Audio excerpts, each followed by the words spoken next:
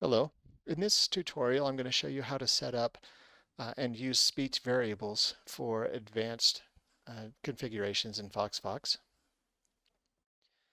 For this demonstration, I'm going to go ahead and use a timer, and we're going to use our voice control variables to control the duration of the timer dynamically. So to do this, let's go ahead and set up a new voice group, and we're going to have show. Get my typing skills a little bit of workout here. Show, display, start,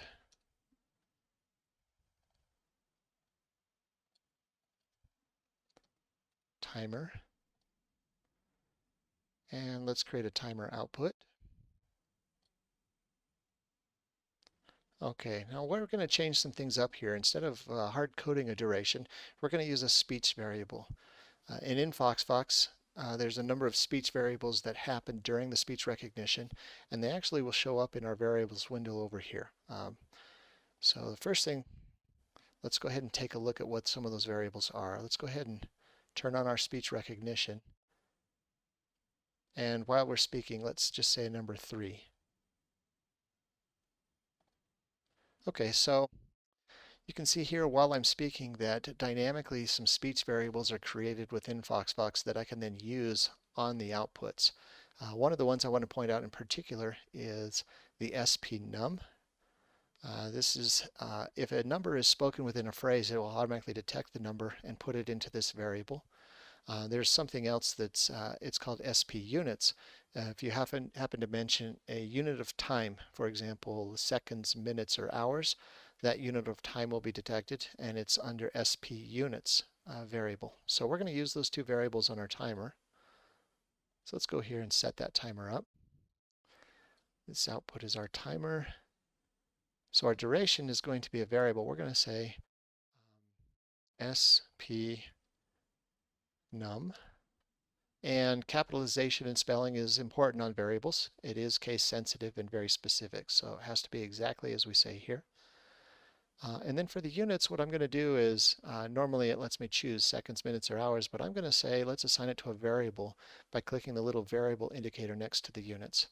This is going to open it up so I can type in the name of a variable. And I'm going to say SP_units.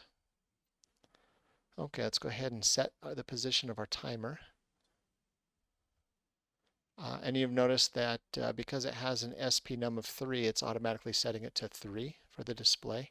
If you don't have a variable defined, then it's going to display NaN, or not a number, symbol. Don't be alarmed if that's the case, because it doesn't know what to display until the variable has been created. Okay, so that looks good.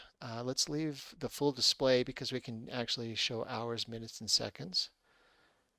And everything I think here looks good, so let's go ahead and set up our timer. Okay, so with those variables now, I can have a timer that's going to dynamically change based on what I specify in the command. Here we go. Show a 2-minute timer. And there you can see it initiated a timer for 2 minutes. Let's go ahead and close that timer. Start a 5-second timer.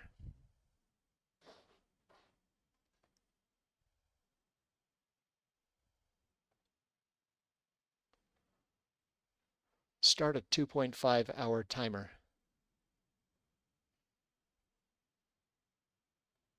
Okay, so turn off that. And here you can see there is quite a lot of flexibility with respect to variables. Now when I say set up a timer using variables, I no longer need to hard code the duration and have a specific set timer. You can still do that, but if you need a dynamic timer, FoxVox now supports that. Something else that I wanted to show you with respect to speech variables is not only can they be used in the conditions and all the other places, but they can be used in outputs as well. One of the earlier tutorials I showed you how to set up a callback for a timer. Let's go ahead and do that really quick here again.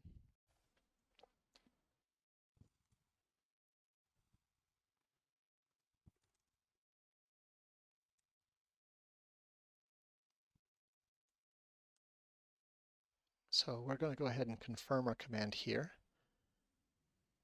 Let's go to our outputs. Let's grab our timer.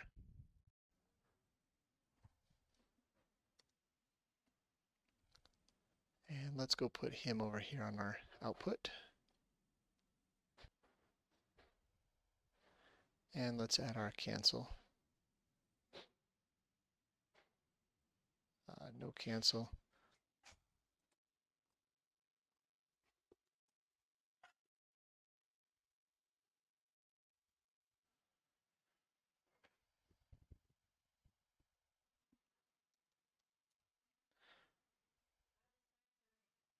Okay, so now when we want to show a timer, let's go ahead and set up a request response back. And let's add a text to speech that's going to inquire. And instead of saying confirm timer, we're actually going to specify the timer duration. To do that, to use a variable on side of a command, use the hashtag symbol in front of the variable, indicating that the word is a variable. We're going to use spnum. And we're going to use our units.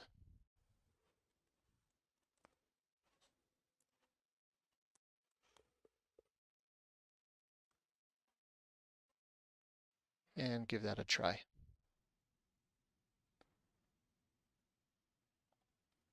Show a 5-second timer.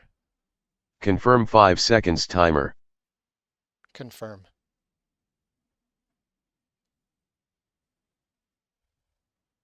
Show a 2-minute timer.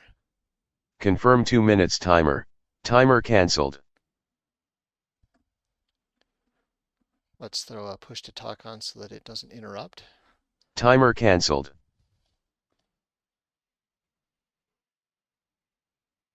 Show a 2-minute timer. Confirm 2 minutes timer. Cancel. Timer cancelled. Show a 3-second timer. Confirm 3 seconds timer. Confirm.